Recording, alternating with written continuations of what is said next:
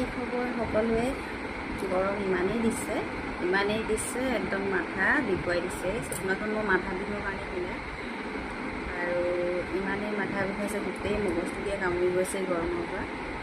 গৰমটো কেতিয়া যে যাব কিছুমান আমনি লাগিছে আৰু চবৰে বাৰু আমনি লাগিছে। গৰম সহ্য কৰিব পৰা নাই, এবাৰ বহুত গৰম হৈছে। গৰমৰ কাৰণে মানুহ মানে ক'ৰবাত যাবলৈও দিগদাৰ হৈছে, থাকিবলৈও দিগদাৰ হৈছে, ভিতৰত সোমাই থাকিবলৈও দিগদাৰ হৈছে। বাহিৰততো বতাহ নিদিয়ে, কেতিয়াবা এদিন বতাহ দিয়ে বাৰু, সদায়তো বতাহ নিদিয়ে। আজি বা একেবাৰে বতাহ নাই বাহিৰত। কাৰেণ্টটো গুচি গৈছিলে বাৰু, এঘণ্টা দুঘণ্টামান কাৰেণ্টটো নাছিলে। তেনেকৈয়ে আৰু গৰমত চটফটাই থকা হ'ল আৰু উপায় নাই। বাকী চবৰে ভালেই চাগে?